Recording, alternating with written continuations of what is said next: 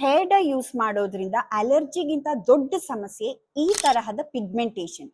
ಇದನ್ನ pigmented contact dermatitis ಅಂತ ಹೇಳ್ತೀವಿ.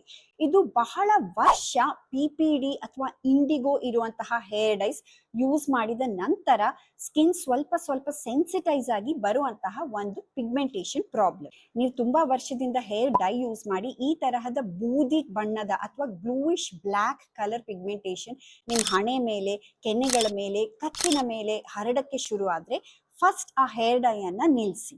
ಹರ್ಬಲ್ ಅಥವಾ ಆಯುರ್ವೇದಿಕ್ ಹೇರ್ ಡೈ ಅಂತ ಮಾರ್ಕೆಟಿಂಗ್ ಮಾಡಿದ್ರು ತುಂಬಾ ಹೇರ್ ಡೈಗಳಲ್ಲಿ PPD ಅಥವಾ ಇಂಡಿಗೋ ಬೆರೆಸಿರ್ತಾರೆ. ಸೊ ಇಂಗ್ರೀಡಿಯೆಂಟ್ಸ್ ನ ದಯವಿಟ್ಟು ಕರೆಕ್ಟ್ ಆಗಿ ಚೆಕ್ ಮಾಡಿ. ಒಳ್ಳೆ ಡರ್ಮಟಾಲಜಿಸ್ಟ್ ಅನ್ನ ಕನ್ಸಲ್ಟ್ ಮಾಡಿ. ಇನಿಷಿಯಲಿ ನಾವು ಇನ್ಫ್ಲಮೇಷನ್ ಕಡಿಮೆ ಮಾಡಕ್ಕೆ ಸ್ಟೀರಾಯ್ಡ್ಸ್ ತರಹದ ಮೆಡಿಸಿನ್ ಯೂಸ್ ಮಾಡಬೇಕಾಗಬಹುದು. ಆದ್ರೆ ಇನ್ಫ್ಲಮೇಷನ್ ಕಡಿಮೆ ಆದ ನಂತರ ಪಿಗ್ಮೆಂಟೇಷನ್ ಕಡಿಮೆ ಮಾಡಕ್ಕೆ creams, chemical peels, Q switch Nd:YAG laser ಈ ತರ ಪ್ರೊಸೀಜರ್ಸ್ ಕೂಡ ಮಾಡ್ತೀವಿ. ಇದನ್ನ ಸ್ಟೆಪ್ ಬೈ ಸ್ಟೆಪ್ ಟ್ರೀಟ್ ಮಾಡೋದ್ರಿಂದ ಪಿಗ್ಮೆಂಟೇಷನ್ ಕಡಿಮೆ ಆಗುತ್ತೆ, ಆದ್ರೆ ಒಂದೊಂದ್ಸಲ ಕಂಪ್ಲೀಟ್ ಆಗಿ ಹೋಗದೆ ಇರಬಹುದು. ಇತ್ತೀಚೆಗೆ ತುಂಬಾನೇ ಜನ ಈ ತರಹದ PPD ಅಂಡ್ ಇಂಡಿಗೋ ಎರಡು ಇರುವಂತಹ ಹೇರ್ ಡೈಸ್ ಅನ್ನ ಯೂಸ್ ಮಾಡ್ತಿದ್ದಾರೆ.